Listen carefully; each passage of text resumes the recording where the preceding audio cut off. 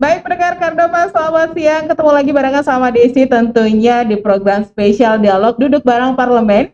Hari ini kita langsung live dari ruang kerja Komisi C DPRD Sumatera Utara. Kita hari ini punya topik tentang peran Komisi C DPRD Sumut dalam investasi di Sumut. Jadi kalau ngomongin tentang investasi, ini kiranya menjadi salah satu motor penggerak ya bagi pembangunan di suatu negara, ya termasuk di Sumatera Utara lah, karena kita tinggal di Sumatera Utara. Jadi yang jelas nih kalau adanya investasi atau investor yang banyak berkunjung di Sumatera Utara ya pastinya ya. Ini kan salah satu masukan juga untuk kita, untuk pendapatan daerahnya juga. Tapi yang jelas sebenarnya kita mau bahas tentang bagaimana dengan Sumatera Utara. Apakah investasi penanaman modal ini berjalan dengan baik? Atau masih ada kendala yang keluhan yang harus kita benerin di sini? Pasti banyak keluhan yang muncul dari para investor. Mau investasi di Sumut, banyak ya urusannya harus ke sana, harus ke sini. Ini mau kita bahas sama Bapak deh. Bersama ini ada Ketua Komisi C DPRD Sumatera Utara, ada Bapak Dr. Poaradana Baban SPB. Selamat siang, Pak. Selamat siang. Horas. Horas. Horas. Merdeka. Merdeka. Nggak ada beras, nggak bangun jadi gitu. Merdeka. Kita udah mau 77 tahun nih ya di bulan Agustus ini. Tahun. Kalau merdeka itu artinya, ini Bung Karno selalu bilang merdeka. Setiap kali ketemu merdeka. Merdeka. Artinya supaya kita betul-betul semangat, termotivasi. Iya. Oke, baik Pak. Malah kita sempat bahas tentang kemerdekaan 77 tahun. Masih banyak ternyata yang harus kita benerin, terutama di Sumatera Utara. Termasuk masalah investasi. Nih, saya pengen tanya dulu ke Bapak nih, untuk ruang lingkup kerja dari Komisi C DPRD Sumut Utara ini, kalau untuk urusannya menangani bidang apa sebenarnya Pak? Komisi C DPRD Sumatera Utara ini, ruang lingkupnya ya khususnya BUMD, BUMD, khususnya BUMD, perekonomian. Nah, kalau BUMD ini Bank Sumut, untuk PAD kita BP2RD ya, baru mengenai PAD lah, pendapatan asli daerah kan bagaimana dan di komisi, dan juga misalnya mengenai biro perekonomian, dan pokoknya prinsipnya yang sifatnya menangani ruang lingkup kerjanya seperti itu gitu ya Pak ya. Cerita uang lah, tapi uangnya tak ada. Istilahnya ngitung uang tapi bukan uang kita, uang orang gitu Pak. Cerita uang uang siapa aja nih. Oke, termasuk ngurusin masalah investasi juga nih ya Pak ya. Iya, investasi. Sejauh ini mungkin sempat aku singgung tadi Pak, apakah di Sumatera Utara ini tentang investasi penanaman modal, ini apakah sudah berjalan dengan baik atau masih banyak keluhan yang harus kita hadapi, kendalanya seperti apa? Nah, sejauh ini untuk permasalahan yang ditemukan dalam bidang ini yang digeluti oleh Komisi C apa ini Pak? Kebetulan saya sebagai Ketua Komisi C ini kan baru 2 bulan. Baru ya Pak? 2 bulan. Selamat ya? Pak. Iya, 2 bulan. Jadi kan kita harus kerja.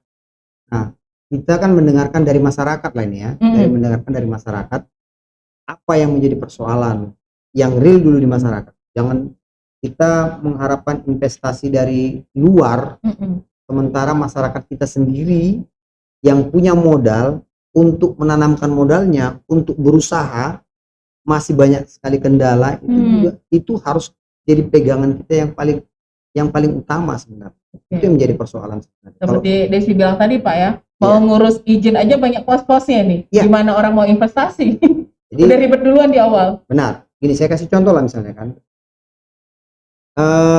Saya kalau tidak salah 5 tahun atau 6 tahun yang lalu, di pemerintah provinsi, di pemerintah kabupaten kota, ada namanya sistem perizinan satu atap.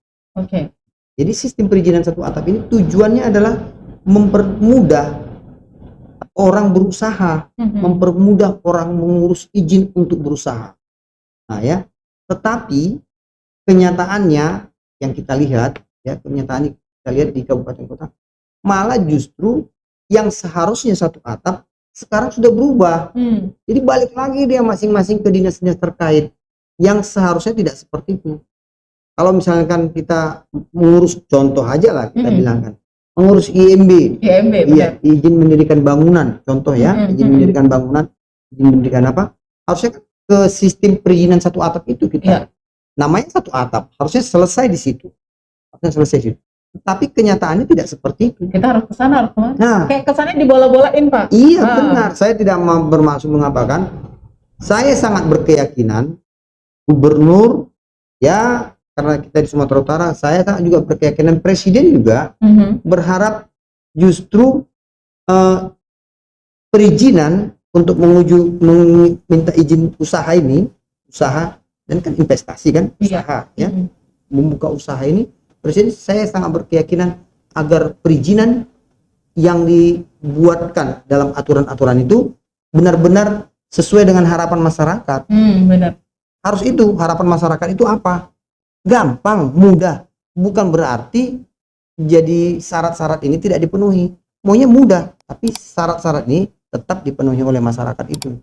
Itu harapan kita. Kita harapannya seperti itu. Dan kenyataannya banyak sekarang yang seharusnya dia selesai dalam satu atap itu, justru sekarang ini sudah bergeser dia kembali ke yang tidak diharapkan oleh masyarakat. Nah, itu dia. Jadi akhirnya orang malas berinvestasi karena ribet di awal tadi. Benar. Udah males investasi di Sumut, kayak urusannya gitu ya, Pak ya. Iya. Banyak ininya, banyak ketuanya. Nah, jadi gini. Saya ambil contoh yang paling gampang lah sekarang ini, misalnya. Sederhana saja misalnya ya, saya ambil contoh langsung nanti mengenai galian C. Galian C, mungkin Ibu udah tahu. Ini mula-mula perizinan ini adalah di provinsi. Tiba-tiba ditarik ke pusat. Nggak sampai berapa bulan langsung dibalikkan lagi ke provinsi. Maksudnya ini kan ada yang janggal. Ya, hal-hal yang seperti inilah sebenarnya yang tidak kita ingin. Satu. Yang kedua yang kita lihat lagi misalnya, ada namanya misalnya ada orang, saya kan punya usaha rumah sakit. Ada orang mengurus AMDAL IPAL itu, itu kan seharusnya kalau di rumah sakitnya tipe D misalnya cukup di kabupaten kota saja. Biasanya seperti itu, ya di kabupaten kota saja.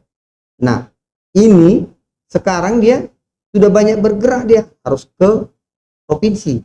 Dan bahkan limbah ini ada lagi aturannya. Sesudah ke provinsi dia ada lagi aturan nih, kalau ini tipe B misalnya atau tipe A dia rumah sakit yang dibutuhkan itu tipe A atau tipe C, ini satu sisi dia urus ini ke provinsi. Udah. Tetapi nanti ada aturan lagi, air-airnya pun air-airnya ini harus langsung dibuang ke sungai yang panjang sana. Harus dibuatnya saluran sendiri. Coba Ibu bayangkan misalnya ada satu usaha di dekat kota lah misalnya yang seharusnya pantas, misalnya contoh rumah sakit saja lah, yang aliran sungainya sangat jauh dari tempat dia usaha itu, yang misalnya rumah sakit nih kita ambil contohnya, dia harus membuat pipa yang sangat panjang sampai ke rumah sakit sana. Itu kan konyol. Dan kalau nggak punya itu katanya airnya ini harus kita bikin di kontainer katanya. Kan maaf lah ya, kalau kita yang menerjemahkan itu apa artinya, mana masuk akal itu. Nah, kira-kira itu contoh-contoh dalam aturan orang untuk membuat investasi itu banyak persoalan. Sampai saat ini Pak, mungkin tentang investor di Sumatera Utara, kita lihat kan apalagi ini masa pandemi, kita mau menuju endemis sih kalau kita lihat ya, mudah-mudahan ini bisa normal lagi ya Pak ya. Nah ini bagaimana menurut Bapak agar bisa investor itu menanam saham di sini, bisa berinvestasi? Kan ada namanya Perda ya, peraturan daerah. Saya sangat berkeyakinan gubernur kita menginginkan supaya masyarakat itu sendiri yang punya modal, jangan uangnya mati di dalam di bank itu, tidak mati, dia mengusahakan, berbuat usaha biar uang harus seperti itu sebenarnya. Nah, satu itu. Dan juga saya berkeyakinan juga agar orang-orang dari luar mau menanamkan modalnya, mau berinvestasi, mau berusaha di provinsi Sumatera Utara. Itu kan otomatis juga masukan untuk pendapatan daerah kita kan, Pak? Pasti, itu pasti. Kita ya pasti akan meningkatkan PAD, pendapatan asli daerah kita, sudah pasti itu. Di samping juga meningkatkan PAD dan angka pengangguran kan banyak yang karena membuka lapangan kerja udah pasti. Ini berarti bisa masuk ke berbagai bidang nih kan, banyak investor yang berinvestasi di Sumatera Utara. Iya, benar sekali. Kebetulan Sumatera Utara ini kan banyak kebun sawit. Industri hilir hulunya kan misalnya contoh yang apalah saya bilang kan, pengolahan biji sawit jadi minyak sawit, udah lumayan lah sebenarnya. Tapi kan yang ke hilirnya lagi ini, yang ke bawah-bawah semua itu semua kan masih banyak yang harus kita kirim minyak sawit ini ke luar negeri, dan hanya sebagian kecil yang bisa kita olah di sini. Jadi investor yang seperti ini sangat penting sekali untuk menjadikan ini jadi ini. Biar semua diolah di sini. Iya, jadi kosmetik, jadi benar. Karena saat ini kita masih lihat banyak dari luar negeri ya, Pak ya. Kita berharap bisa jadi dari barang yang dari mulai biji sawit jadi barang jadi. Harapan kita seperti itu. Ya, kita masih menunggu investor nih. Kalau itu kan artinya untuk yang kelas besarnya kelas besar. Kelas kakap istilahnya. Iya, kelas yang besarnya. Tetapi juga kita berharap yang untuk investasi yang kecil-kecil juga tetap sangat kita butuhkan, karena itu basis ekonomi kita. Kalau kita lihat banyak pengusaha di Sumatera Utara ini, kenapa dia tidak mau berinvestasi? Karena udah ribet, Pak. Itu. Ini yang harus jadi PR yang harus kita benahi. Birokrasinya jangan berbelit-belit. Iya. Jadi ini pesan kita sama Pak Gubernur lah ya, Pak Gubernur, supaya bisa melihat ke bawah. Bila penting menegur, ya boleh lah, biarpun misalnya gubernur tidak yang mengangkat bupati atau wali kota, tapi gubernur juga berhak untuk menegur. Bagaimanapun bupati wali kota itu jenjangnya di bawah dia. Meskipun apa itu kan gubernur berhak supaya investor-investor dari luar ini banyak berdatangan dan diberi kemudahan-kemudahan. Bukan berarti kita harus melakukan penyalahgunaan, tapi kita berharap dengan kemudahan itu banyak investor datang, akhirnya PAD kita bagus, angka pengangguran jauh bisa terangkat, bisa teratasi ya. Pengangguran teratasi. Otomatis juga tingkat kemiskinan bisa teratasi. Dengan itu kan kalau PAD kita besar, angka pengangguran pasti tingkat kemiskinan jauh. Pasti itu. Baik, Pak. Ini masih panjang bahasan kita, Pak, soal investasi ini. Tapi jangan investasi bodong ya, Pak. Baik, pastikan stay tune terus di 99,4 FM atau juga live streaming kita di www.cardopafm.co.id. Jangan lupa like Facebook kita di Cardopa 994 FM, bisa Anda saksikan. Kita kembali studio dulu, nanti kita lanjut setelah yang berikut ini.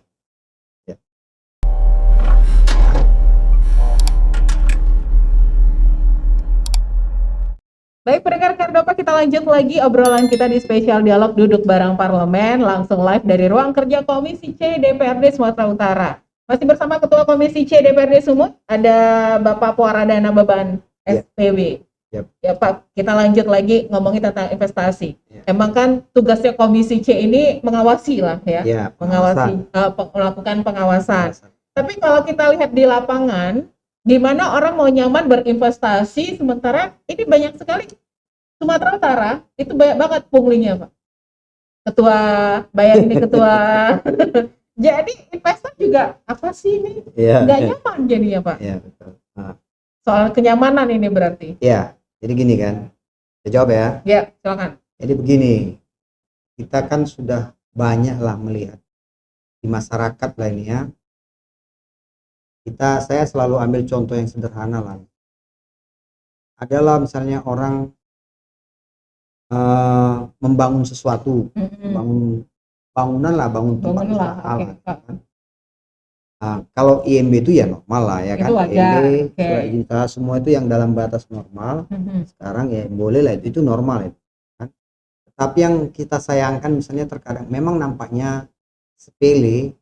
Contoh yang paling kita sering lihat yang sudah viral di media-media sosial itu misalnya pungli ya Pak. Pungli pada waktu misalnya contoh menurunkan barang. Ya. Menurunkan barang menurunkan barang ini.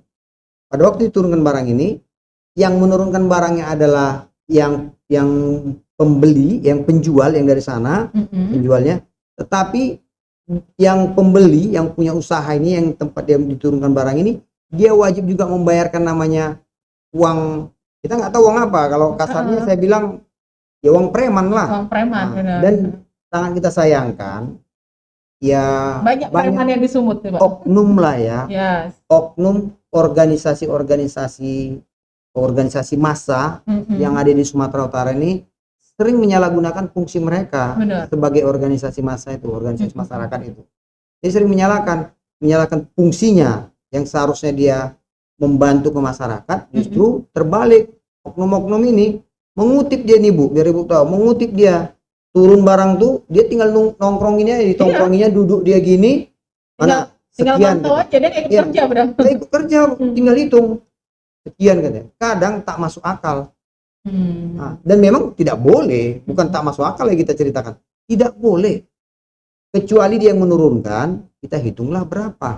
Artinya ikut kerja membantu. Kepatutan kepantasannya jasa dia waktu menurunkan barang itu. Itu sebenarnya kan hal-hal yang seperti itu. Dan ya saya tetap bilangkan oknum lah ya. Misalkan kita mengurus sesuatu lah di dinas-dinas terkait tadi, misalnya di tempat mengurus kita perizinan itu, untuk bisa kita masyarakat ini berinvestasi, itu kan sering agak dibelok-belokkan dulu. Belok-belokkan dulu. Banyak urusannya Pak. Tanda kutip, kesana kesini. Kalau sudah kita kasih, saya sebentar ya.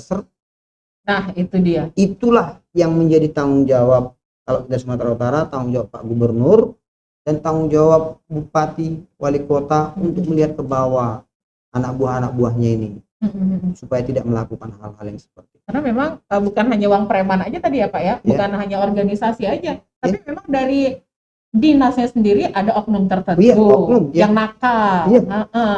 Kau bayar segini cepat ini. Iya, benar. Ya kan, itu Pak? benar itu. Benar kan? Dan kita lihat sendiri di lapangan. Iya. Saya tidaklah mau membilangkan ya. Saya pernah buka usaha lah ya. Nggak tahu saya nggak gimana ya. Bapak terlalu banyak di usahanya kayaknya. Saya pernah buka usaha, buka rumah sakit. Waktu membangunnya, ya langsung tanya mau bangun apa Pak? Di daerah Asahan sana lah. Oh ini. Kita langsung dibantu. Itu saya apresiasi waktu itu mereka. Tetapi tenggang waktu berikutnya, sesudah habis izinnya ini sudah selesai, memperpanjang saja, mungkin orangnya itu berubah, oknum-oknumnya ini justru mempersulitnya setengah mati. Nah, padahal waktu pertama pejabatnya waktu apa itu sangat kooperatif, sangat bagus Pak, langsung diukur, dilihat semua, saya nggak susah loh. Itu pada waktu itu. Masuk periode berikutnya, 5 tahun berikutnya, pas memperpanjang kita, yang susahnya minta ampun. Ya itu oknumnya, saya bilang bukan dinas terkaitnya ya, oknumnya yang susahnya minta ampun. Pak. Saya kadang heran, ini manusia atau apa? Saya pikir gitu. Susahnya minta ampun. Ya, itulah kenyataan yang kita lihat. Bapak harus bayar. Ya justru ya. Bapak harus kasih selipkan amplop cepat. Itu. Maaf lah ya, sebenarnya gini kan. Pada waktu kita mengurus itu kan ada uang misalnya retribusinya sekian, ini sekian, kan memang ada. Itu nggak bisa kita bohongin kan. Untuk masuk ke kas daerah itu harus itu kewajiban yang harus dari kita. Tetapi kenyataannya terkadang jauh lebih dari situ yang harus kita laksanakan, yang harus kita bayarkan. Itulah yang kita harapkan. Ya, saya selalu bilangkan tanggung jawab gubernur sebagai kepala daerah di Provinsi Sumatera Utara untuk menekan ke bawah di kabupaten-kabupaten itu. Tanggung jawabnya bupati. Menegur lah, berhak lah gubernur, berhak negur lah.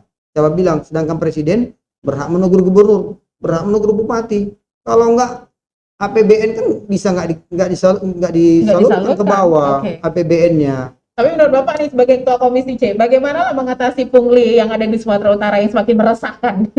Meresahkan ya Pak ya? Ada penegakan hukum ya di sini? Ya, memang kan kita sudah melihat polisian kita kita lihat di media, kita lihat sangat membantu bagaimana supaya hal-hal yang seperti itu, misalnya yang di lapangan lah dulu kita bilang ya, yang pas misalnya menurut sama organisasi oknum-oknum juga lah ya, organisasi-organisasi ini sudah sering lah dilakukan penegakan oleh para penegak hukum kita, sudah sering. Dan kalau dia di dinas-dinas terkait itu agak susah, karena kan di dalam satu ruangan dia untuk menghalangi supaya ini ada imbalan supaya bisa cepat beres, ini kan tidak gampang. Ini sebenarnya satu adalah moralnya petugas itu. Jadi itu makanya saya bilang tadi selalu itu tanggung jawab besar dari kepala daerahnya tersebut. Nah, tanggung jawab besar itu memang itu tanggung jawab besar. Kira-kira begitu. Berarti ini Pak Gubsu memang harus langsung melakukan pengawasan ya. Kalau ke dinas-dinas terkait oknum-oknum tadi, kalau memang jahat, nakal, silakan. Boleh ini lagi. Ya satu ya dikeluarkan. Tapi kalau itu memang tanggung jawabnya di kabupaten kota, gubernur berhak menegur, menyampaikan itu ke bupati, wali kota berhak. Tapi kalau masalah investasi, gimana pandangan Bapak terhadap investasi penanaman modal di Sumatera Utara saat ini? Ya kalau saya lihat angkanya sebenarnya kan, kalau dari, tapi udah lama ini ya. Kita sebenarnya ada target di situ, saya lihat itu kemarin itu 16,5 triliun ya, ada target tahun berapa ini kalau nggak salah, ada target itu. Tapi saya yakin ini kalau dalam situasi yang sekarang ini ya, pastilah tidak yang kita harapkan. Karena kita juga kena masa pandemi kan. Iya. Orang juga mau menanam modal mikir-mikir dulu nih. Benar. Dia juga mungkin kesulitan di masa pandemi ini. Semua kayaknya pada benar. Karena kan masa pandemi ini kan masa yang sangat sulit. Semua mengalaminya. Semua mengalaminya. Kenapa saya bilang gitu? Karena di masa pandemi ini kan baru kejadian. Jadi semua belajar. Buat aturan ini diubah, buat aturan ini diubah lagi. Karena gamang. Karena gamang. Ya itu kan. Jadi semua berubah. Akhirnya usaha sangat terganggu. Banyak usaha, orang mau menginvestasikan, mau berusaha, sangat terganggu dengan aturan-aturan. Banyak juga tingkat PHK tinggi juga kan. Akhirnya kan kalau nggak usah jauh lah, misalnya KP lah kita bilang kan, kalau nggak ada yang duduk di situ ya misalnya nggak usah lah itu, misalnya ada 15 karyawan ya pasti kan PHK. Pasti PHK selesai dulu 15. Belum lagi yang lain-lain, belum lagi mal-mal itu. Sekarang aja sudah mulai sekarang kayaknya sudah mulai membaik sih Pak, dari sisi ekonominya sudah mulai bangkit. Iya benar. Kita lihat pariwisata juga sudah mulai menggeliat lagi, udah mulai banyak. Saya berharap pemerintah pusat dan pemerintah provinsi Sumatera Utara jangan gamang. Gamang dalam membuat aturan. Contoh misalnya dalam masa Covid kemarin, sekarang ini kan sudah selesai sebenarnya. Meskipun dibilangkan ada varian ini, harusnya kita tidak boleh gamang. Karena kebetulan saya dokter, saya sampaikan pesan. Bapak kan kebetulan dokter. Iya, saya sampaikan pesan. Vaksinnya yang ditingkatkan, bukan dibuat lagi aturan nggak boleh gini, nggak boleh gitu. Vaksinnya yang harusnya ditingkatkan. Syarat vaksin ini selesai dulu, booster selesai. Jangan kita buat lagi nanti booster 5, booster 6, booster 7 sementara vaksin 1, 2, vaksin 2, booster ini belum tuntas. Jadi ini yang kita tuntaskan, selesai. Jadi kita tahu, oh ternyata dengan vaksin bagus loh. Angka kesakitannya menurun, angka kematiannya sangat banyak menurun. Jadi tahu kita. Tapi kalau sudah kita buat itu sudah sampai 70%, 80% itu semua, dengan kita buat seperti itu, ternyata angka kesakitan tetap tinggi, angka kematian tetap tinggi, baru bisa kita buat kesimpulan ternyata vaksin tidak benar. Udah selesai. Tapi kan kenyataan kan dengan dikejar ini, vaksin ini semua sampai ke booster, dibuat ada aturan baru ini sekarang, dibuatkan booster ini, ternyata angka kesakitan dan angka kematian sangat menurun. Ini dulu dikuatkan. Kita kan angka booster kita belum terlalu tinggi. Indonesia ini belum terlalu tinggi. Kita belum sampai 50% untuk boosternya. Untuk Belum vaksin sampai. Untuk boosternya belum sampai. masih banyak yang belum ya Pak? Iya, jadi itu yang dikejar. Oke. Jangan disuruh orang tiarap di rumah. Gimana mau menaikkan pendapatan? Iya, jangan disuruh orang tiarap di rumah, suruh kerja. Suruh Udah kerja. selesai. Nah, Oke. iya. Ini terkait masalah tadi kita sempat singgung tentang kendala. Iya. Para investor yang mungkin tidak nyaman dengan banyaknya pungli, Iya, betul. banyaknya preman di Sumatera Utara. Betul. Pertanyaannya, para investor ini pernah nggak ngadu ke Komisi C? Ya, karena kan saya bilang tadi kan saya baru 2 bulan. 2 bulan, oke. Jadi, dan saya bilang memang kenyataan 2 bulan ya belum lah. Ya kan saya kawan-kawan yang sebelumnya pimpinan yang mungkin sudah ada ya? Ya mungkin saya yakin sudah ada lah itu. Tak mungkin masyarakat itu tak mengadu ada hal-hal yang sama. Saya yakin pasti ya. Oke. Tapi selama saya belum pernah. Oh, belum ada yang ini. Belum pernah ada yang mengadu karena baru. Kalau misalnya ada yang ngadu ke Bapak, apa yang Bapak lakukan nih sebagai ketua Komisi C nantinya? Ya kita ada pergerakan apa? Ya kita dengarkan dulu. Oh, dengarin dulu. Oh iya, kita dengarkan lah. Iyalah, kita dengarkan dari ini. Apa yang jadi keluhannya kita dengarkan. Apa yang jadi keluhan daripada masyarakat itu mau berinvestasi, kita dengarkan. Sesudah kita dengarkan, kita panggil pihak-pihak terkait. Misalnya dia mau berinvestasi sana, ternyata dihalang-halangi. Kita panggil lah siapa yang menghalangi. Apakah oknumnya ataukah memang pemerintah daerah tersebut yang menghalang-halangi. Itu yang harus kita panggil aja. Kenapa kau halangin? Orang mau menanamkan modalnya kok, orang mau berinvestasi kok halang-halangi. Apa yang menjadi dasarnya? Pasti itu. Biar sama-sama nyaman nih Pak ya, sama-sama enak. Ya. Ini soalnya mau berinvestasi, otomatis akan menaikkan pendapatan daerah kita. Iya, pasti. Gitu. Ya kalian halang-halangi. Iya. Maksud kalian apa gitu? Iya. udah medan banget nih, maksud kalian apa ini? Halangi? Betul. Nah. Ada udang di balik bakwan Pak. Ya kita kan gini, kalaupun kita panggil, kita hanya DPR ini kan fungsinya kita kan tidaklah eksekutif, tidak eksekutor. Kita tidak melakukan eksekusi. Kita kayak mendengar ya Pak? Ya mendengar, baru merekomendasikan, misalnya ke gubernur, kita rekomendasikan, ini loh, kita dapat di lapangan inilah rekomendasi kami. Ini masalahnya ini. Kita titipkan oleh pimpinan DPR kita, rekomendasikan, baru dirilis lah. Oke. Pak, salah satu kendala mungkin investor masih berpikir untuk berinvestasi di Sumatera Utara, ini terkait tuntutan para buruh. Masalah kenaikan gaji. Iya. Ya. Ini kalau belum selesai ada undang-undangnya atau peraturan daerahnya kan, mereka juga bingung nih mau berinvestasi, mau buka usaha, sementara para buruh masih cekcok nih. Ya gini, sebenarnya kan gaji ini kan relatif ya.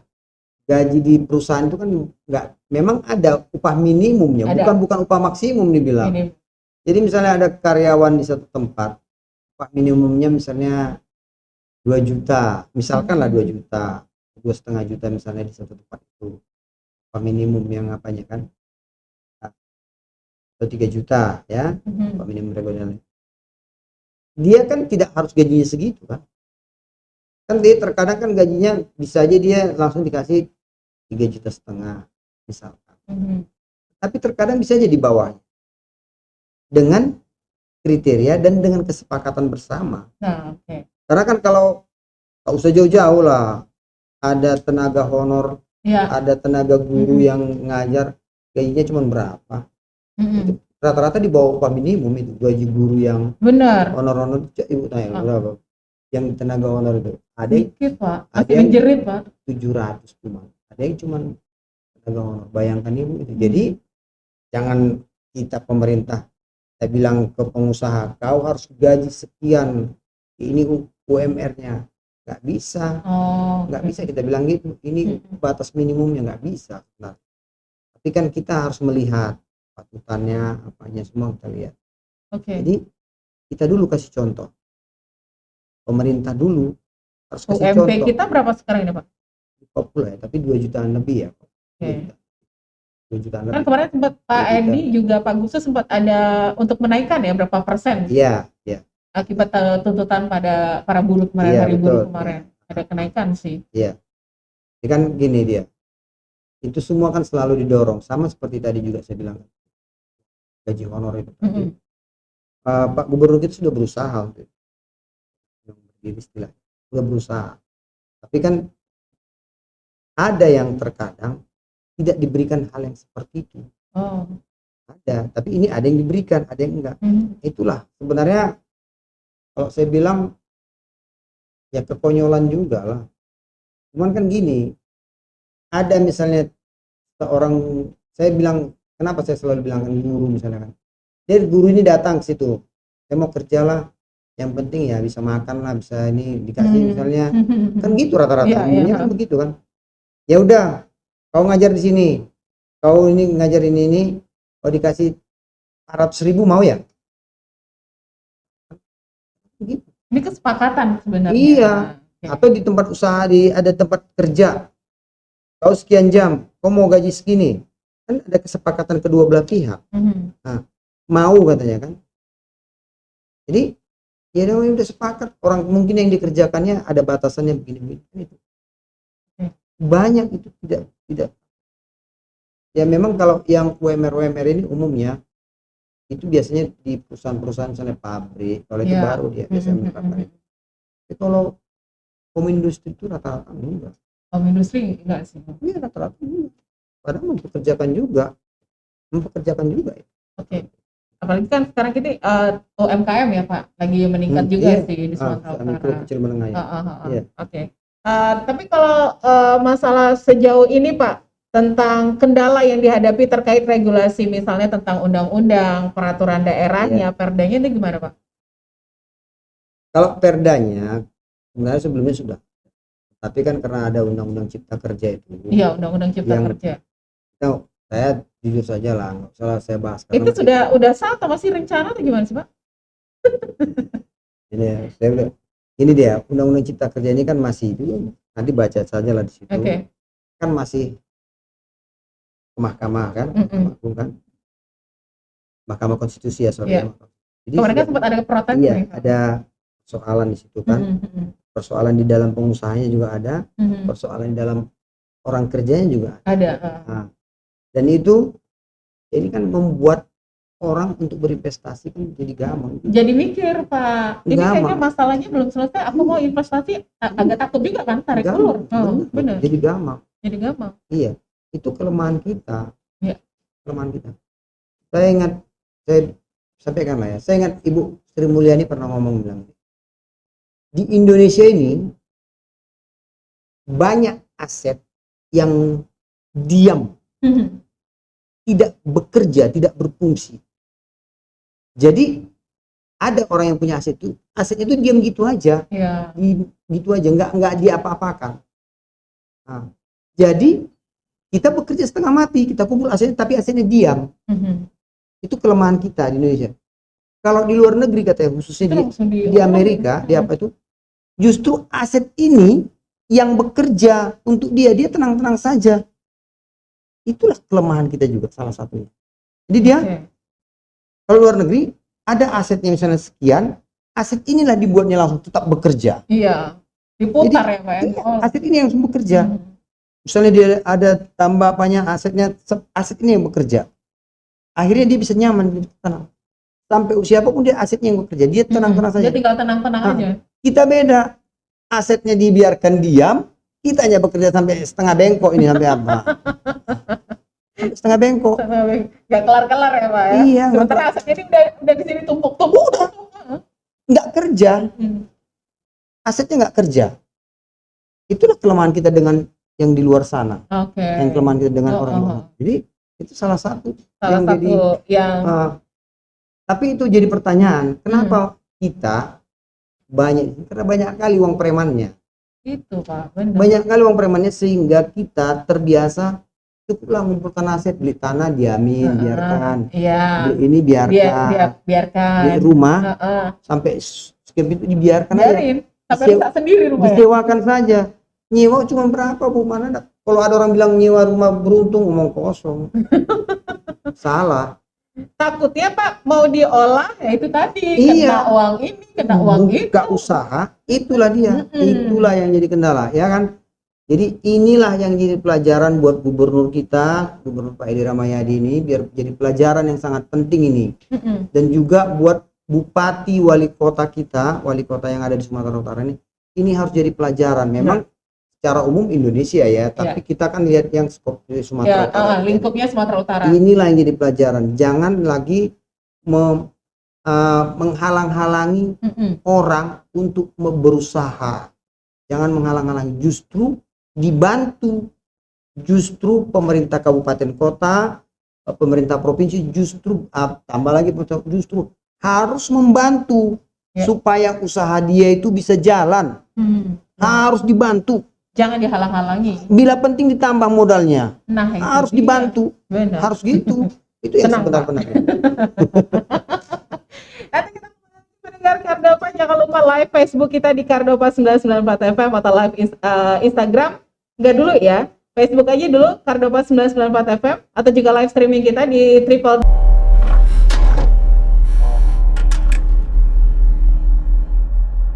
Baik pendengar Kardopa, kita lanjut lagi spesial dialog duduk bareng parlemen. Anda bisa saksikan di live Facebook kita Kardopa 994 FM. Anda bisa dengarkan di live streaming kita di www.kardopafm.co.id. Masih langsung live dari ruang kerja Komisi C DPRD Sumatera Utara, masih bersama Bapak Puaradana Baban nih ya. Kita masih ngebahas tentang investasi. Kita masuk ke sesi terakhir nih Pak. Ini aku pengen tanya juga bagaimana peran Komisi C untuk mengawasi di bidang investasi ini Pak. Karena kita lihat banyak kali kendalanya di sini. Tadi sempat kita bahas ya, masalah keamanan. Ini membuat investor hengkang jadinya takut. Sedikit-sedikit di demo, sedikit-sedikit di demo. Ya, ini kan gini. Pertama, ya Perda ini adalah turunan dari undang.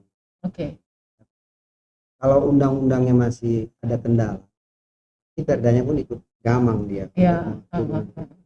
Kemarin mencipta kerja itu masih ada. Kan akhirnya Perdanya itu kan jadi kita kan mau membuat lagi dibahas, mau dipersiapkan. Tapi kan ini karena masih belum sinkron dia, ya adalah waktu yang ditunggu kira-kira begitu. Tapi terlepas dari itu kan tetap kita punya aturan yang sebelumnya yang masih bisa yang tetap digunakan, kira-kira gitu. Jadi kalau dibilang bagaimana supaya investor baik luar baik dalam ya supaya bisa nyaman berinvestasi, menanamkan modalnya, itulah yang paling pokok, itu adalah regulasi dan ya keamanannya. Keamanannya tadi yang sudah kita sampaikan tanda kutip tadi, tidak ada lagi tanda kutip yang kutip-kutip meskipun tidak terlalu besar, tapi kan itu membuat orang tidak nyaman. Itu membuat orang tidak nyaman. Jadi itulah kita kerjasama lah saya bilangkan antara pemerintah provinsi, pemerintah kabupaten kota dengan aparat penegak hukum supaya investor-investor itu bisa menanamkan modalnya lebih banyak lah. Dan nggak usah lah sampai kita cerita luar negeri, supaya kita sendiri misalnya pun ada uang kita misalnya 100 rupiah, jangan kita anggap itu tidak ada apa-apa. Ini kalau kita uang 100 rupiah ini tidak kita belanjakan, misalnya masih bisa kita tidak yakin kita uang 100 rupiah ini tidak kita belanjakan dalam waktu 1 tahun, harusnya bisa kita investasikan. Itu kan salah satu contoh. Kita tidak mungkin 100 rupiah, tapi kan bisa aja 100 juta, 1 miliar. Atau mungkin gini Pak, kita mungkin kasih keringanan atau kebijakan khusus untuk para investor, istilahnya kita kasih karpet merah nih untuk masalah ininya dipermudah, atau mungkin pengurangan pajak atau bagaimana gitu Pak. Begini, itu sebenarnya sudah dilakukan pemerintah. Pemerintah kabupaten kota, pemerintah provinsi, pemerintah pusat, itu sudah dilakukan keringanan-keringanan itu. Itu benar sudah dilakukan karena kita sudah melihat langsung, melakukan langsung. Biasa itu misalnya gini kan, kita buka usaha, contohnya yang sederhana saja dulu kan, kita buka usaha, biasanya dikasih keringanan kita selama 6 bulan. Biasanya dikasih keringanan itu, tidak langsung dikutip pajak kita, apa yang harus kita bayarkan tidak langsung dikutip. Nah, biasanya dilakukan seperti itu. Dan harusnya memang tadi saya bilang kan, kita harusnya dibantu. Itulah keringanan kan, dibantu. Ini loh kurang membantu, Saya bilang tadi, bahkan bila penting kalau dia penanam modalnya yang masyarakat sekitarnya yang punya duit terdiam, yang tidak digunakan sama sekali, justru itu harus kita dukung. Kita dukung bagaimana supaya kita bantu, bila penting kita tambahin modalnya. Iya. Atau mungkin dia ini punya duit mau buka pabrik, kan buka lahan, lapangan kerja. Iya. Saya bilang tadi, bila penting ditambah modalnya. Iya. Misalnya dia mau bikin pabrik kue lah, apalah, usaha kue lah misalnya. Harusnya kan kita bantu, kita tambah modal kita aja, malah kita bantu dengan memberikan pelatihan. Ya. Itu kan salah satu, dikasih pelatihan. Akhirnya dia betul-betul mampu, mapan. Itu. Jangan kita mau buka usaha, mau ngajukan izin, udah dikasih berbagai tuntutan, harus begini. Agak jadilah hari ini. Iya. Kau bayar dulu ini. Kau bayar dulu uang preman ini. Kau bayar dulu segini. Uang hantu ini. Ya, memang kan. Ada uang preman, ada uang hantu. Kau bayar dulu uang. Ada uang SPSI. Ya itu benar. Ada, itu kan konyol lah. Mana ada sebenarnya, ada uang, katanya pernah, ya, saya udah pernah merasakan uang SPSI, katanya mahal ya, oknumnya sebenarnya. Tapi dia berani bilang uang SPSI, ya oknum di dalam itu yang menyebutkan itu. Nah, ini waktu kita nggak banyak lagi Pak. Mungkin Bapak sebagai Ketua Komisi C punya masukan untuk Pemprov Su nih, agar para investor ini bisa nyaman, agar juga investasi kita bisa naik dari tahun ke tahun Pak. Kita kan udah 2 tahun agak mendem nih, selama pandemi. Nih gimana? Ada masukan dari Bapak sebagai Ketua Komisi C? Ya, inilah. Kami Komisi C ini, kami dari Komisi C, saya sebutnya Ketua Komisi C, kami sangat mendukung pemerintah Provinsi Sumatera Utara ini untuk menarik investor, ke Provinsi Sumatera Utara ini, untuk menarik investor ke Provinsi Sumatera Utara. Dan kami mendorong supaya gubernur dan juga pemerintah kabupaten kota membantu, mendukung bagaimana supaya investor-investor ini banyak menanamkan modalnya di Sumatera Utara, memberikan keringanan-keringanan, bukan harus maksudnya keringanan itu ya keringanan itu yang aturan yang seharusnya betul-betul dijalankannya tidak dijalankan, bukan itu maksudnya keringanan. Tetap menjalani aturan, aturan tetap dijalankan, tapi diberikan keringanan yang misalnya dia tidak paham ini, dibantu diajari supaya standar. Yang misalnya dia belum, kita perlu dia memberikan pelatihan, kita bantu dia diberikan pelatihan. Itu poin-poin yang sangat penting. Program-program itu ada, tapi terkadang tidak dilaksanakan. Program itu ada di pemerintah provinsi, ada itu, tapi ada yang dilaksanakan, ada yang enggak. Nah, dan banyak kan sering disalahgunakan. Kita harapkan adalah sinergi antara pemerintah provinsi, pemerintah kabupaten kota, dan juga aparat penegak hukum mengawasinya. Harus ada pengawasan. Iya. Kita harapkan juga Komisi C ikut mengawasi di sini. Tadi kan saya bilang, Komisi C kita dukung bagaimana supaya investor ini banyak-banyak menanamkan modalnya di Sumatera. Baik, terima kasih Bapak, waktunya sudah ngobrol bersama kita masalah investasi. Kita harapkan juga ke depannya dari tahun ke tahun bisa naiklah ini ya. Masalah investor ini bisa banyak yang berdatangan ke Sumatera Utara. Kita juga sebagai masyarakat Sumatera Utara otomatis akan terimbas sih kalau misalnya banyak investor ya. Bakal banyak buka lapangan kerja, pendapatan juga bakal naik, tingkat perekonomian khususnya bakal naik. Tingkat perekonomian naik, ya kan? Tingkat perekonomian kita naik. Akhirnya istilahnya kalau kita tingkat perekonomian PAD naik, kita pun nanti negara atau pemerintah provinsi ini bisa memberikan beasiswa mungkin banyak. Dia kan dari situ dia. Kalau uangnya banyak kan bisa dikasihkan beasiswa, bisa membantu rakyat miskin akhirnya, juga. Iya, memang itu yang tidak mampu memang dia naik PAD kita besar, PAD kita jadi gunakan. Nah, itu benar Pak. Baik Pak. Terima kasih Bapak waktunya. Seru nih ngomong investasi. Buat para investor yang dengerin obrolan kita mungkin agak tertarik karena akan memberikan kemudahan. Kita dukung untuk memberikan kemudahan para investor untuk berinvestasi di Sumatera Utara tentunya. Terima kasih mendengarkan Bapak, waktunya sudah bersama kita di 1 jam spesial dialog duduk bareng parlemen. Kita harus pamit dulu, langsung live dari ruang kerja Komisi C DPRD Sumatera Utara. Saya Desi pamit, Bapak juga pamit ya Pak ya. Sampai ketemu di lain kesempatan. Terima kasih juga yang sudah live Facebook kita di Kardopa 994 FM atau juga live streaming kita di www.kardopafm.co.id. Kita kembali ke studio, kita pamit. Selamat sore dan sampai jumpa. Dadah. Horas. Horas. Ya.